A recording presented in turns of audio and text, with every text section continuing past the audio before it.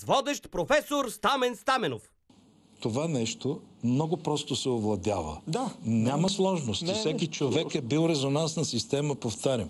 Всеки човек може да се обучи да работи ето с това просто нещо. Какво е това, Румка? Ще хипнотизира ли някой? Не стай смешна, Марийка. С това се тестват разни неща. Човек трябва да проверява храната си, водата си, къде спи, как си е ориентирал леглото. Как така? Те така. Махалото опитва храната или мери ъгъла на леглото. Нищо не разбрах. Сега ще разбереш как става. Професор Стаменов ще измери фоновото излъчване на GSM-а си. Разбра ли? И това е едно тихо психотронно оръжие. Добре е разработено от тарикатите. Като е психотронно оръжие, защо си го носите във вас? Тихо, Мария! Разсейваш му вибрациите! Това нещо сме го правили като експеримент много пъти. Ма разбира се, че как? Искам му фоновото излъчване. Така. На къде върти това чудо? Върти на където го завъртите, професоре. Абе, Мария, ще убиеш човека. На къде върти това чудо? При положение, че е изключено.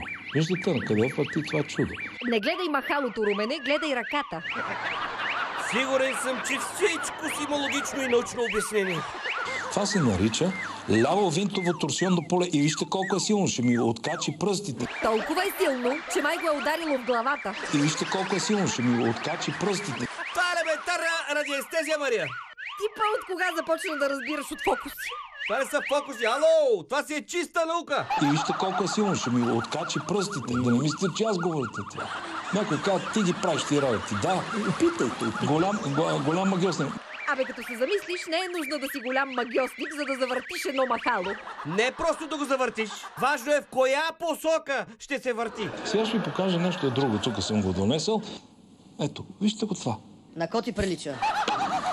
Никой не може да каже това за какво може да служи. Аз знам. Айде, казвай като знаеш.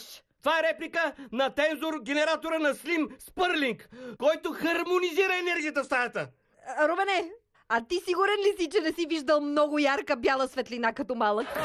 Забелязахте фоновото излъчване на това чудовище тук, с което сме се въоръжили. Тронни, вижте това какво прави. Гледаш ли, Мария? Върти се в положителна посока, въпреки енергията от GSM-а. Изумително! Внимавайте, аз ще пренеса амплитудата и десния винт върху GSM-а. Следете. Просто следете. Какво започна да става? Уби го я! Тензор генератора тотално изпука отрицателното фоново излъчване! Стига бе, Румене! Това е елементарна физика. Когато едно движещо се тяло не получава повече енергия, е нормално то да започне да губи инерция. Виж, че професора спря да го върти. Не може да ме убедиш. И сега какво? Всички трябва да си направим тензух абсорбатори. Какъв тензор генератор? Ние нямаме това чудо с нас да го носиме. Това го носим постоянно.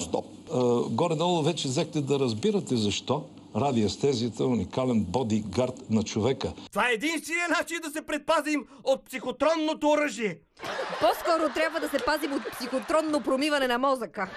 Това се нарича ляво винтово торсионно поле и вижте колко е силно. Ще ми откачи пръстите. Да не мислите, че аз говорите това.